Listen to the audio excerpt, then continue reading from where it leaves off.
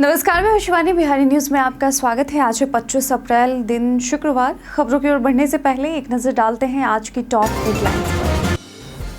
BSSC field assistant भर्ती आवेदन आज से शुरू। बिहार में फील्ड असिस्टेंट के 201 पदों पर होनी है भर्ती। 21 मई तक कर सकते हैं आवेदन। बिहार की धरती से पीएम मोदी ने दिया आतंक को करारा जवाब। आतंकियों की बची खुची जमीन भी मिट्टी में मिलाई जाएगी। पीएम मोदी ने 4 नई ट्रेनों को बिहार वासियों को किया समर्पित। विद्यालयों में आज से खेल प्रतिभा खोज अभियान शुरू। मशाल कार्यक्रम से खेल प्रतिभाओं को मिलेगा बढ़ावा। 5 खेलों में आजमाई जाएगी छात्रों की प्रतिभा। गर्मी में लू और दस्त से ऐसे बचे। लू और दस्त से बचाव के आसान उपाय आजमाएं। आपातकालीन सहायता के लिए हेल्पलाइन नंबर 1070 पर संपर्क करें। प्राथमिक कक्षाओं की किताबों में बड़ा बदलाव। बिहार में नई प्राथमिक किताबों की तैयारी में तेजी। राज्य शिक्षा शोध परिषद ने 20 मई तक मांगे हैं सुझाव। पवन सिंह ने बताया भोजपुरी का कौन है शाहरुख खान। निरहुआ को पवन सिंह ने कहा किंग खान। पवन सिंह ने निरहुआ को माना भोजपुरी का रोमांटिक सुपरस्टार। सीएसके के आंकड़े बना रहे हैं एसआरएच पर दबाव। करो या मरो मुकाबले में किसका पलड़ा भारी। चेपॉक में होगी आज प्लेऑफ की असली परीक्षा। तो ये थी आज की सुर्खियां। अब नजर डालते हैं उन 25 बड़ी खबरों पर जो आपके लिए जानना है जरूरी। बीएसएससी फील्ड असिस्टेंट भर्ती के लिए आज से आवेदन शुरू। बिहार कर्मचारी चयन आयोग ने कृषि निर्देशालय के अधीन फील्ड असिस्टेंट के 201 पदों पर भर्ती का नोटिफिकेशन जारी किया था। आवेदन प्रक्रिया 25 अप्रैल 2025 यानी आज से शुरू हो चुकी है और ऑनलाइन फीस जमा करने की अंतिम तिथि 21 मई है। और इस भर्ती के लिए उम्मीदवार bssc.bihar.gov.in पर आवेदन कर सकेंगे। शैक्षणिक योग्यता मान्यता प्राप्त संस्थान से आईएससी या एग्रीकल्चर में डिप्लोमा होना चाहिए। आयु सीमा 1 मार्च 2025 के अनुसार सामान्य वर्ग के पुरुषों के लिए 37 वर्ष अधिकतम है। चयन प्रक्रिया में प्रीलिम्स और मेंस एग्जाम शामिल हैं। सैलरी लेवल 2 पर 5200 से 20,200 प्लस 1900 ग्रेड पे है। आवेदन शुल्क कैटेगरी के अनुसार 135 से 540 रुपए के बीच है। पीएम मोदी ने किया आतंक पर प्रहार। विकास योजनाओं की दी बड़ी सौगात। प्रधानमंत्री नरेंद्र मोदी ने बिहार के मधुबनी में राष्ट्रीय पंचायती राज दिवस के अवसर पर आतंकवाद पर कड़ा संदेश देते हुए कहा कि भारत हर आतंकी और उसके सरगना को खोजेगा, पहचान करेगा और सजा देगा। पहलगाम आतंकी हमले को भारत की आत्मा पर हमला बताते हुए उन्होंने कहा कि अब आतंकियों की बची खुची जमीन भी मिट्टी में मिलाई जाएगी। पीएम मोदी ने भाषण की शुरुआत मृतकों को मौन श्रद्धांजलि देकर की और कहा कि 140 करोड़ भारतीयों की शक्ति आतंक के आकाओं की कमर तोड़ देगी। वहीं उन्होंने 13,480 करोड़ रुपए की रेलवे, विद्युत और गैस परियोजनाओं का उद्घाटन और शिलान्यास किया। साथ ही 4 नई ट्रेनों को हरी झंडी दिखाकर राष्ट्र को समर्पित किया, जिनमें नमो भारत रैपिड रेल और अमृत भारत एक्सप्रेस शामिल है। विद्यालयों में आज से खेल प्रतिभा खोज अभियान शुरू। राज्य के 37,000 से अधिक विद्यालयों में आज से मशाल कार्यक्रम के तहत खेल प्रतिभा खोज प्रतियोगिताएं शुरू होंगी। यह प्रतियोगिता 25, 26 और 27 अप्रैल को आयोजित की जाएगी, जिसमें 50 लाख से अधिक छात्र छात्राओं को शामिल करने का लक्ष्य है। प्रतियोगिता 5 खेल विधाओं एथलेटिक्स, साइकिलिंग, कबड्डी, फुटबॉल और वॉलीबॉल में आयोजित की जा रही है। प्रतियोगिता 5 स्तरों विद्यालय, संकुल, प्रखंड, जिला और राज्य पर होगी। विजेताओं को पदक के साथ नगद पुरस्कार भी मिलेगा। प्रतियोगिता 2 आयु वर्गों 14 वर्ष से कम और 16 वर्ष से कम में होगी और इस पूरे आयोजन पर लगभग 40 करोड़ रुपए खर्च होंगे, जिससे राज्य में खेल प्रतिभाओं को प्रोत्साहन मिलेगा। ईडब्ल्यूएस आरक्षण पर बिहार सरकार और बीपीएससी से पटना हाईकोर्ट का जवाब तलब।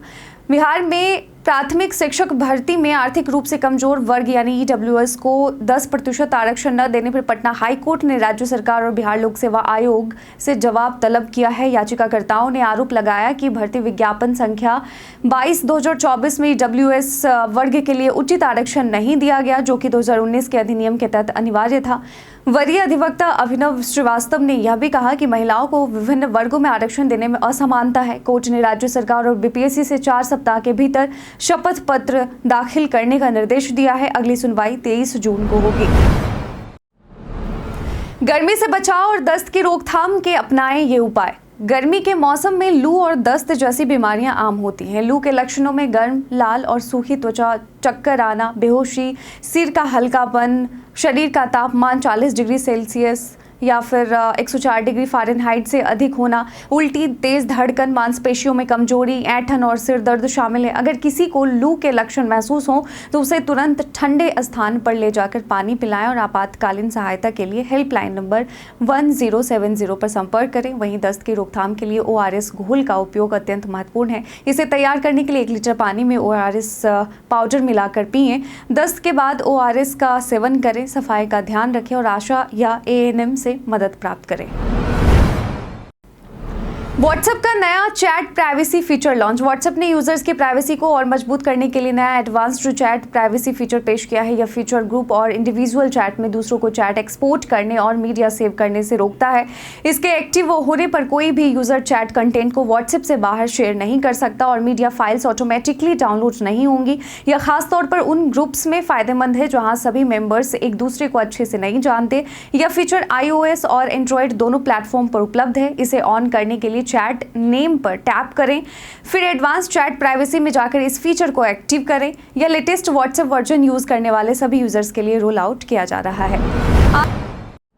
आज से शुरू हो रही है BPSC मेंस परीक्षा। बिहार लोक सेवा आयोग की 70वीं संयुक्त मुख्य परीक्षा 25 अप्रैल से शुरू होकर 30 अप्रैल तक चलेगी। परीक्षा 25, 26, 28, 29 और 30 अप्रैल को 2 पालियों में आयोजित होगी। 2034 पदों के लिए 21,000 से अधिक अभ्यर्थियों को प्रवेश पत्र जारी किए गए हैं। परीक्षार्थियों को केंद्र पर 1 घंटा पहले पहुंचना अनिवार्य है। सामान्य, हिंदी, निबंध, सामान्य अध्ययन और ऐच्छिक विषयों की परीक्षा निर्धारित तिथियों पर होगी और इस बार अभ्यर्थियों को सामान्य कैलकुलेटर इस्तेमाल की छूट दी गई है। जिन अभ्यर्थियों के प्रवेश पत्र पर फोटो या हस्ताक्षर अस्पष्ट हैं, उन्हें निर्धारित प्रारूप भरकर अनुमति लेनी होगी। पहचान पत्र अनिवार्य है और सत्यापन के बाद ही परीक्षा में शामिल होने दिया जाएगा। क्या आप जानते हैं टर्मिनस, सेंट्रल, जंक्शन और स्टेशन में क्या होता है अंतर? तो इंडियन रेलवे के स्टेशन को 4 श्रेणियों में बांटा जाता है: टर्मिनस या टर्मिनल, सेंट्रल, जंक्शन और स्टेशन। टर्मिनस वह स्टेशन होता है जहां से आगे कोई ट्रैक नहीं होता है, यानी ट्रेनें केवल एक दिशा में जाती है, जैसे Chhatrapati Shivaji terminus. Central station शहर का सबसे व्यस्त और पुराना स्टेशन होता है, जैसे मुंबई सेंट्रल। जंक्शन वह स्टेशन होते हैं जहां 3 या 3 से ज़्यादा रूट्स का मिलन होता है, जैसे पटना जंक्शन। स्टेशन वो होते हैं जो इन 3 श्रेणियों में नहीं आते और देश में 8,000 से ज़्यादा ऐसे स्टेशन हैं, जैसे नई दिल्ली रेलवे स्टेशन हो गया। इन श्रेणियों में रेलवे की संरचना समझी जा सकती है।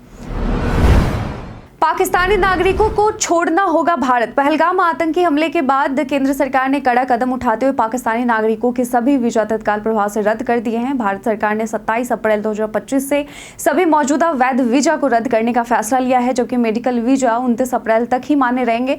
विदेश मंत्रालय ने पाक नागरिकों को तय समय सीमा के भीतर भारत छोड़ने का निर्देश दिया है। साथ ही भारतीय नागरिकों को पाकिस्तान की यात्रा से बचने की सख्त सलाह दी गई है। भारत ने सिंधु जल संधि निलंबित कर दी है और राजनयिक संबंध भी सीमित कर दिए हैं, जिससे पाकिस्तान की मुश्किलें बढ़ गई हैं। प्राथमिक कक्षाओं के लिए नई किताबें बनाने की प्रक्रिया हुई तेज। बिहार सरकार ने सरकारी प्राइमरी स्कूलों में 1ली से 5वीं कक्षा तक के बच्चों के लिए नई किताबें तैयार करने का बड़ा कदम उठाया है। यह कदम राष्ट्रीय शिक्षा नीति के तहत राज्य में स्कूली पाठ्यक्रम तय करने के लिए तैयार किए गए हैं। बिहार पाठ्य चर्चा रूपरेखा 2025 के तहत लिया गया है और इस प्रक्रिया के तहत 1 से 5वीं कक्षा तक के छात्रों के लिए नई किताबें बनाई जा रही हैं, जबकि 6ठी से 12वीं कक्षा तक के छात्रों के लिए NCERT की किताबें लागू रहेंगी। राज्य शिक्षा शोध एवं प्रशिक्षण परिषद ने ड्राफ्ट वेबसाइट पर अपलोड किया है और 20 मई तक सुझाव और फीडबैक मांगे हैं। पवन सिंह ने निरहुआ को माना भोजपुरी का शाहरुख खान। भोजपुरी इंडस्ट्री का किंग खान दिनेश लाल यादव उर्फ निरहुआ हैं। इसका खुलासा पवन सिंह ने किया है। पवन सिंह ने एक पॉडकास्ट में कहा कि निरहुआ का रोमांटिक अंदाज, उनकी एक्सप्रेशन, बॉडी लैंग्वेज और डायलॉग डिलीवरी ने उन्हें भोजपुरी सिनेमा का शाहरुख खान बना दिया है। निरहुआ ने कई सुपरहिट फिल्में दी हैं, जैसे निरहुआ, रिक्शावाला और बॉर्डर, और वे दर्शकों के बीच काफ़ी पसंद किए जाते हैं। पवन सिंह और निरहुआ की जोड़ी भी बहुत हिट रही है और दोनों के बीच गहरी दोस्ती और आपसी सम्मान है। और इसी के साथ हमारा आपसे एक छोटा सा सवाल है, निरहुआ या पवन सिंह, इन दोनों में आपके पसंदीदा एक्टर कौन है? हमें कमेंट सेक्शन में लिखकर ज़रूर बताइएगा। सीएसबीसी और आर्मी अग्निवीर में आवेदन के लिए आज है आखिरी तारीख। Central selection board of constable CSBC ने पुलिस कांस्टेबल के 19,838 पदों पर भर्ती निकाली है। आवेदन की आज अंतिम तिथि है। इसके बाद आवेदन विंडो बंद हो जाएगी। इच्छुक और पात्र उम्मीदवार सीएसबीसी की ऑफिशियल वेबसाइट csbc.bih.nic.in पर जाकर ऑनलाइन आवेदन कर सकते हैं। आवेदन के लिए अभ्यर्थी का 10+2 उत्तीर्ण होना और आयु 18 से 25 वर्ष के बीच होनी चाहिए। जनरल, ओबीसी, ईडब्ल्यूएस के लिए फीस 675 और SC/ST के लिए 180 रुपए रखी गई है। समय रहते आवेदन करें और फॉर्म का प्रिंट सुरक्षित रखें। वहीं आर्मी अग्निवीर भर्ती 2025 के लिए आवेदन करने की भी आज आखिरी तारीख है। अगर आपने अब तक आवेदन नहीं किया है तो इंडियन आर्मी की आधिकारिक वेबसाइट joinindianarmy.nic.in के माध्यम से आवेदन कर सकते हैं। इसके लिए उम्मीदवारों की उम्र 17 से 21 साल के बीच होनी चाहिए। एफसीआई ने 2000 किसानों से गेहूं खरीदी। एफसीआई ने गुरुवार तक यानी बीते दिन तक राज्य के 2000 किसानों से 8,535 मीट्रिक टन गेहूं खरीदी है। बिहार महाप्रबंधक अमित भूषण ने किसानों से अपील की है कि वे सरकारी खरीद केंद्रों पर अधिक से अधिक गेहूं बेचकर देश की खाद्य सुरक्षा का हिस्सा बने और समर्थन मूल्य 2,425 रुपए प्रति क्विंटल का लाभ उठाए। एफसीआई मोतिहारी के मंडल प्रबंधक राम गोपाल ने भी किसानों को धन्यवाद दिया और उन्हें इस प्रक्रिया में सहयोग देने के लिए प्रेरित किया। गेहूं खरीद प्रक्रिया 15 जून तक जारी रहेगी। सभी 243 सीटों पर चुनाव लड़ेंगे शिवदीप लांडे। पूर्व आईपीएस अधिकारी और हिंद सेना प्रमुख शिवदीप लांडे ने अपने राजनीतिक करियर की शुरुआत धमाकेदार तरीके से की है। उन्होंने अररिया जिले से पदयात्रा की शुरुआत की और गुरुवार को कटिहार पहुंचे। इस दौरान उन्होंने कई कार्यक्रमों में भाग लिया, जिनमें सदस्यता अभियान और विभिन्न स्थलों पर माल्यार्पण शामिल थे। शिवदीप लांडे ने कहा कि उनकी पार्टी आगामी विधानसभा चुनाव में बिहार की 243 सीटों पर मजबूती से चुनाव लड़ेगी। उनका लक्ष्य अच्छे युवाओं को राजनीति में लाना और बिहार के विकास के लिए काम करना है। उन्होंने यह भी कहा कि उनकी पार्टी का उद्देश्य राष्ट्रवाद, सेवा और समर्पण के सिद्धांतों पर आधारित होगा। चमकी बुखार से लड़ने के लिए स्वास्थ्य विभाग की तैयारियां हुई तेज। मुजफ्फरपुर में चमकी बुखार के बढ़ते मामले के कारण स्वास्थ्य विभाग अलर्ट मोड पर है। जिले के सभी पीएचसी प्रभारियों को निर्देश दिया गया है कि बुखार से पीड़ित बच्चों का टेस्ट करें और चमकी बुखार के लक्षण दिखने पर तुरंत इलाज शुरू करें। Civil surgeon doctor Ajay Kumar ने कहा कि गर्मी के मौसम में बच्चों को तेज धूप से बचाने के लिए प्रचार प्रसार किया जा रहा है। घर घर ORS वितरण और बच्चों को बुखार के लक्षण दिखने पर तत्काल उपचार करने का निर्देश दिया गया है। इसके अलावा जिले में AES के प्रति जागरूकता अभियान भी चलाया जा रहा है ताकि लोग सतर्क रहें और डॉक्टर से सलाह लेते रहें। गर्मियों में पहनने के लिए परफेक्ट हैं ये 5 कलर ऑप्शन। गर्मियों की चिलचिलाती धूप में खुद को कूल और फ्रेश रखने के लिए कपड़ों का सही रंग चुनना बेहद जरूरी है और इस मौसम में कुछ खास रंगों के कपड़े पहनकर आप गर्मी के असर को काफी हद तक कम कर सकते हैं। सफेद रंग गर्मी को रिफ्लेक्ट करता है और शरीर को ठंडा बनाए रखता है। आसमानी नीला रंग आंखों को सुकून देता है और गर्मी में राहत पहुंचाता है। पिच येलो यानी हल्का पीला रंग धूप में आंखों को चुभता नहीं और नेचुरल ठंडक देता है। बेबी पिंक रंग लड़के लड़कियों दोनों पर फपता है और धूप में सॉफ्ट लुक देता है। वहीं लाइट ग्रे भी गर्मियों में पहनने के लिए स्टाइलिश और आरामदायक विकल्प है। अप्रैल महीने में तेज धूप से तप रहा है बिहार। जी हां, बिहार में मौसम का मिजाज बदल गया और तापमान में लगातार वृद्धि हो रही है। बीते 4 दिनों से राज्य के कई जिलों का तापमान 40 डिग्री सेल्सियस के पार पहुंच चुका है। मौसम विभाग के अनुसार अगले कुछ दिनों में और अधिक गर्मी और उमस बढ़ने की संभावना है। पूर्वी और पश्चिमी चंपारण, शिवहर और गोपालगंज में हीट वेव चलने की चेतावनी जारी की गई है। अधिकतम तापमान 42 से 44 डिग्री और न्यूनतम 24 से 26 डिग्री सेल्सियस रह सकता है। फिलहाल बारिश की कोई संभावना नहीं है। हालांकि 26 अप्रैल को हल्की बारिश हो सकती है। लोगों को लू और गर्मी से बचने के लिए सावधानी बरतने की सलाह दी गई। बिहार में 5 शराब कारोबारी गिरफ्तार। बिहार में शराबबंदी कानून के बावजूद अवैध शराब का कारोबार जारी है। हाल ही में उत्पाद विभाग की टीम ने गुप्त सूचना के आधार पर बड़ी कार्रवाई करते हुए मुजफ्फरपुर जिले के विभिन्न थाना क्षेत्रों से 5 शराब कारोबारियों को गिरफ्तार किया। मुख्य आरोपी राहुल कुमार को नगर थाना क्षेत्र से पकड़ा गया, जो पहले भी कई बार शराब बेचने के आरोप में जेल जा चुका है। अन्य आरोपियों में बैजू राय, नीतीश कुमार, रोशन और विकास कुमार शामिल है। इनके पास से सैकड़ों लीटर देशी और विदेशी शराब बरामद हुई है। राहुल कार और घर से भी शराब मिली है, जिसे जब्त और सील कर दिया गया है। सभी आरोपियों को न्यायिक हिरासत में भेजा गया है। 39 थाना प्रभारियों का वेतन रोकने का निर्देश जारी। भागलपुर के जिलाधिकारी डॉक्टर नवल किशोर चौधरी ने जिले के 39 थाना प्रभारियों का वेतन रोकने का निर्देश जारी किया है। यह कार्रवाई भू समाधान पोर्टल पर भूमि विवाद मामलों की लापरवाही और शिथिलता को देखते हुए की गई है। डीएम ने बताया कि गृह विभाग के अपर मुख्य सचिव भी इस मुद्दे पर चिंतित हैं और इसकी वजह से जिले की छवि प्रभावित हो रही है। उन्होंने सभी विभागों के अधिकारियों को कार्यशैली में सुधार लाने और समन्वय संबंधी मामलों में अद्यतन जानकारी देने का निर्देश दिया है। इसके अलावा बागवानी के विकास के लिए भी दिशा निर्देश दिए गए हैं। इस कदम से पुलिस महकमे में हड़कंप मच गया है। बिहार संस्कृत बोर्ड परीक्षा परिणाम घोषित। बिहार संस्कृत शिक्षा बोर्ड की मध्यमा परीक्षा 2025 का परिणाम जारी किया गया। कुल 13,245 परीक्षार्थियों में 11,504 सफल रहे, जिससे कुल पास प्रतिशत 86.86% रहा। छात्रों का पास प्रतिशत 87.82% और छात्राओं का पास प्रतिशत 87.82% और छात्रों का 85.95% रहा, जिससे छात्राओं का प्रदर्शन बेहतर रहा। प्रथम श्रेणी में 4,368, द्वितीय में 6,079 और तृतीय श्रेणी में 1,057 विद्यार्थी सफल हुए, जबकि 459 असफल रहे। परीक्षा परिणाम बोर्ड की वेबसाइट bssbpatna.co पर उपलब्ध है। छात्रों को अंक पत्र और प्रमाण पत्र 15 दिनों के भीतर स्कूलों में मिलेंगे। किसी भी प्रकार की त्रुटि के लिए विद्यार्थी प्रधानाध्यापक के माध्यम से आवेदन कर सकते हैं। बोर्ड ने निष्पक्षता के लिए तकनीकी उपायों का मजबूत किया है।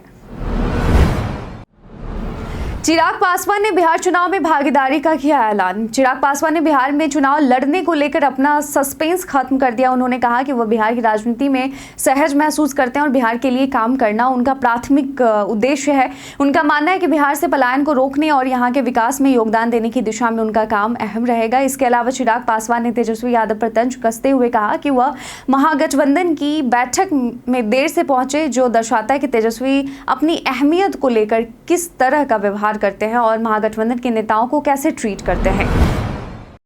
तेजस्वी यादव ने कहा, नीतीश सरकार को उखाड़ फेंकना है। राजद नेता और नेता प्रतिपक्ष तेजस्वी यादव ने पटना में कार्यकर्ता सम्मेलन को संबोधित करते हुए कहा कि 2025 विधानसभा चुनाव में नीतीश सरकार को उखाड़ फेंकना है।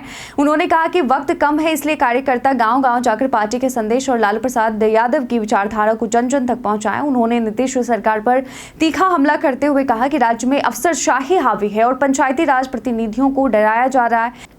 तेजस्वी यादव ने माई बहन सम्मान योजना जैसी योजनाओं का जिक्र करते हुए जनता से समर्थन मांगा। सम्मेलन में पहलगाम आतंकी घटना में मृतकों को श्रद्धांजलि भी दी गई। इस मौके पर पार्टी के कई वरिष्ठ नेता भी मौजूद थे। जनसुराज की सरकार में महिलाओं को 4% ब्याज पर मिलेगा बैंक ऋण। जनसुराज के सूत्रधार प्रशांत किशोर ने बांका में बीते दिन आगामी बिहार विधानसभा चुनाव 2025 में 150 सीटों पर महिला, मुसलमान और अति पिछड़ा वर्ग के उम्मीदवारों को टिकट देने की घोषणा की है। इसमें 40 महिलाएं, 40 मुसलमान और 70 अति पिछड़ा वर्ग के लोग शामिल होंगे। उन्होंने बताया कि बिहार में उनकी सरकार बनने पर पलायन रोका जाएगा और बच्चों के लिए बेहतर शिक्षा, बुजुर्गों, दिव्यांगों और विधवाओं के लिए 2,000 रुपये मासिक पेंशन की व्यवस्था की जाएगी। महिलाओं को 4% ब्याज पर बैंक से ऋण मिलेगा। इसके अलावा शराबबंदी कानून को हटाने की भी योजना है। वे 20 मई से बिहार बदलाव यात्रा शुरू करेंगे।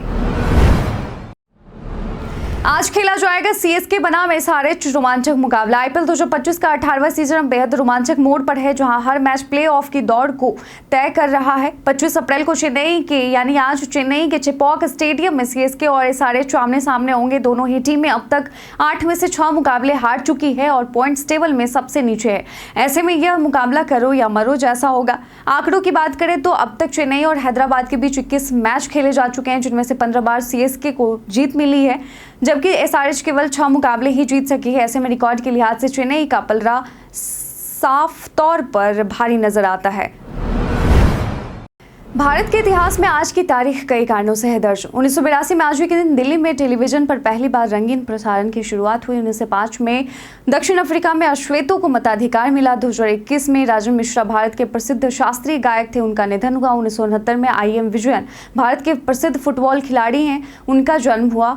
1904 में चंद्रबली पांडे साहित्यकार का जन्म हुआ। 1919 में हेमवती नंदन बहुगुणा का जन्म हुआ। 1992 में उज्ज्वला मजूमदार भारत की प्रसिद्ध महिला क्रांतिकारियों में से एक थी, उनका निधन हुआ। 1968 में बड़े गुलाम अली खां शास्त्रीय गायक थे, उनका निधन हुआ।